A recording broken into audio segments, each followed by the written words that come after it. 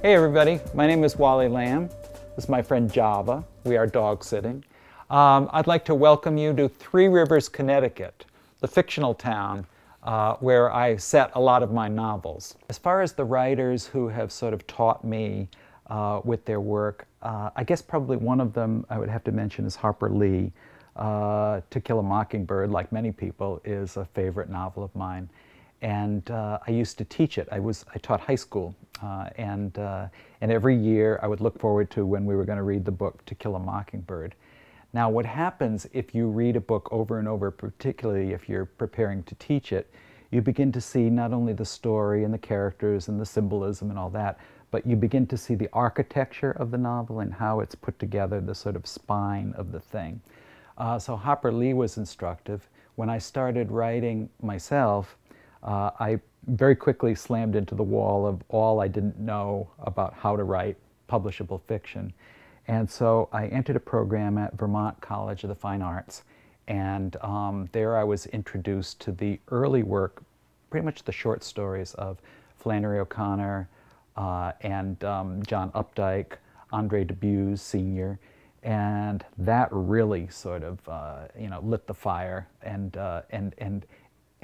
they became my teachers with their work in print. As far as my writing process, it seems to change from one story to the next. Dolores Price and She's Come Undone came to me as a voice one morning in the shower. She was sort of a wise ass kind of kid complaining about the guy who had just left her high and dry. And I liked her immediately because she was sort of self-deprecating and she was using humor as a survival tool. Now, my second novel, I Know This Much Is True, came to me not as a voice, but as a moving image. I had been working unsuccessfully at trying to start a second novel for quite a while. And then one day I saw this little, almost like a little home movie going on in my head, and it was a guy in a pickup truck driving down an old country road, and he's out there in the middle of the night. He's the only one that can't sleep. And then I see him in this little, 10-second movie. I see him begin to doze in his truck, and he's weaving in the road, and finally he goes off the side. And basically what I did was, I went over the cliff after him and came back 6 years later with this big, huge novel called I Know This Much Is True. More recently, my novel that starts out with the Columbine tragedy, The Hour I First Believed, came to me via an anecdote about an earlier school shooting in Paducah, Kentucky.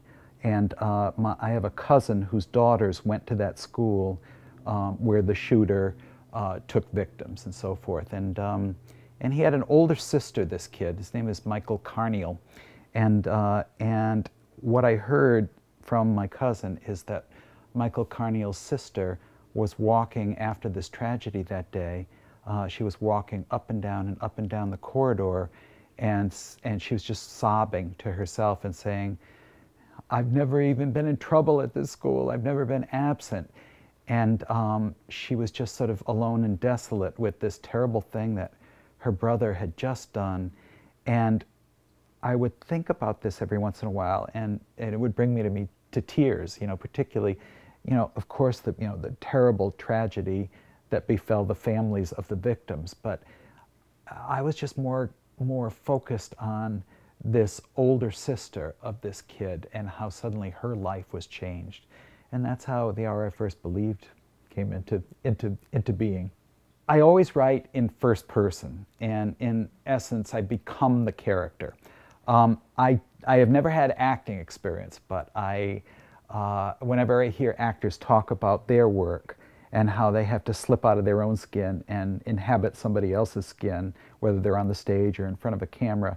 I sort of nod in recognition of that, because that's what I do for 8 hours a day or so. I become somebody else. I walk into downstairs into into this writing space, and I begin to tell the lie once again that I am this person or that person. Of course, I'm influenced by writing and other writers, but I'm very, very fueled by the image as well.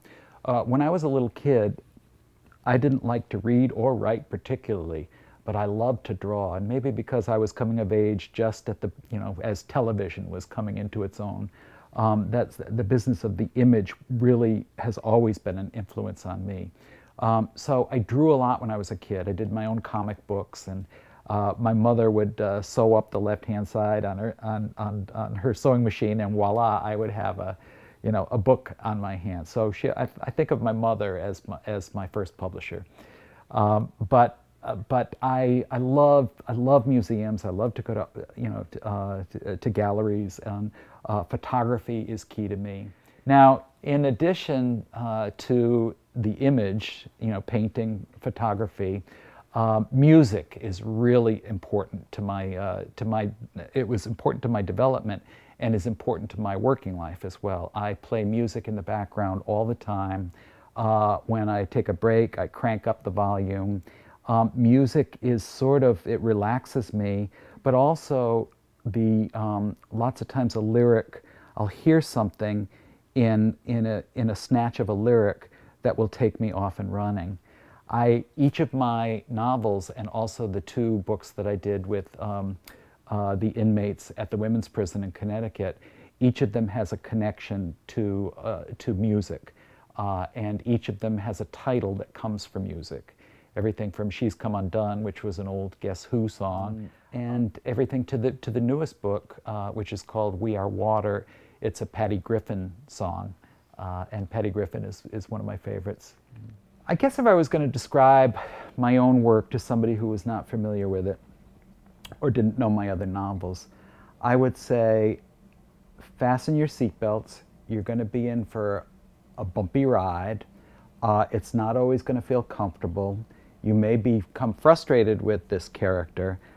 You may not approve of all this character's decisions, but I would like to think that it's going to be worth the ride, that when you're on the final chapter and maybe on the last page, you will have been glad that you engaged with this person and this person's story.